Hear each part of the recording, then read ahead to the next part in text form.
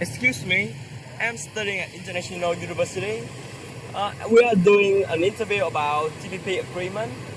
So may I ask you some question? Of course. First, do you know what is TPP? I have read this once on the internet. The TTP is stand for Trans-Pacific Partnership. This is an economic agreement among 12 countries, which is held to encourage the economic growth of these countries. Excuse me, do you know anything about TPP agreement? Do you know anything about TTP agreement? Well, first of all, from what I know, TPP is like a Trans-Pacific Partnership. It's a trade agreement between 12 members countries, and as part of it is the member country will get the benefits like reduce the tariff and expand their market, consuming market, and more opportunity for job seeker.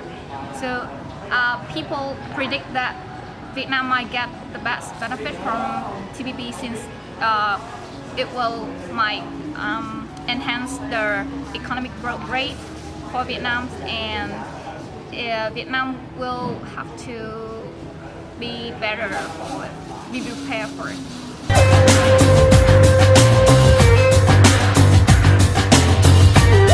Hello, do you think Vietnam is ready for this competition? Let's see, in December 2015, Vietnam joined ASEAN, but Vietnam is still one of four countries have the lowest developing level. And the reason is that the labor cost of Vietnam is not really high, but the labor productivity is really low. So that's the reason why the GDP that Vietnam can contribute to ASEAN only 7%.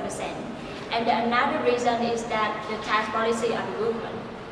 Vietnamese company is always under pressure of paying tax all the time, but the foreign company they have many offers from the government.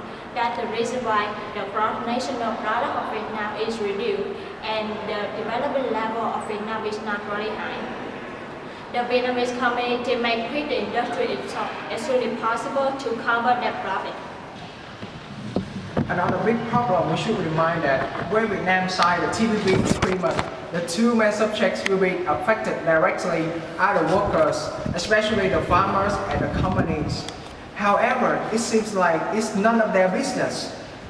A survey was conducted on over 493 businessmen who represent for the companies in Ho Chi Minh City, so that the result is 56.8% of the company has searched for the TPP, and more than 86% said that they did not know correctly or know well about the chapters, the terms, and the purpose of the TPP. It's a warning sign.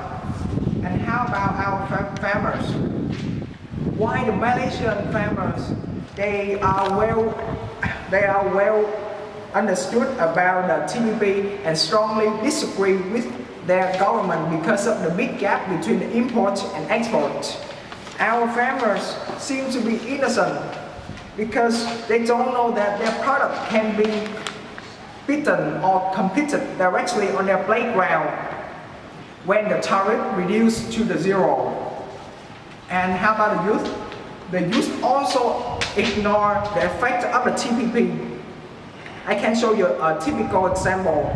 The K14 is the most popular channel for the youth, and they posted an article about the TPP, and the result there was no comment on this post compared to the Showbiz News with 150 comments. What a surprise result, huh? So after many precaution consideration, we can conclude that Vietnam is still not ready for open and free competition.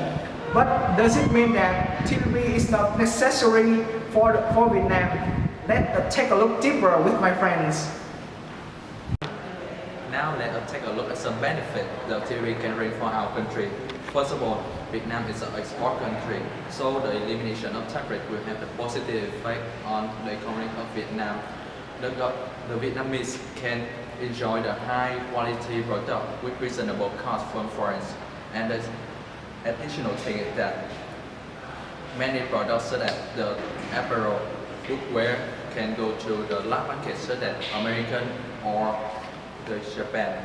The second thing is the TPP strengthens the production for intellectual property pride. Piracy is such a problem in Vietnam. It discourages the motive of many singers or actors, so the TPP will rotate them.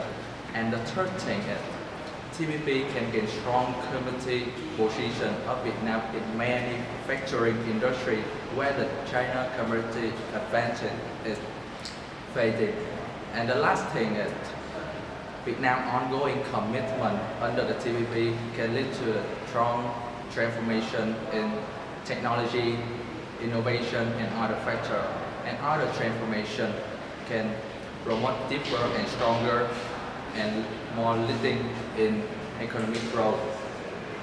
It's just a paradigm for Vietnam in the future, but we also need to consider the difficulty we get when we sign the TPP part. So after many remarkable reasons, we come up with the conclusion. Vietnam has not been ready for the new, open and free competition, but We need to take this chance. Let the TPP agreement be a leverage to enhance our country. and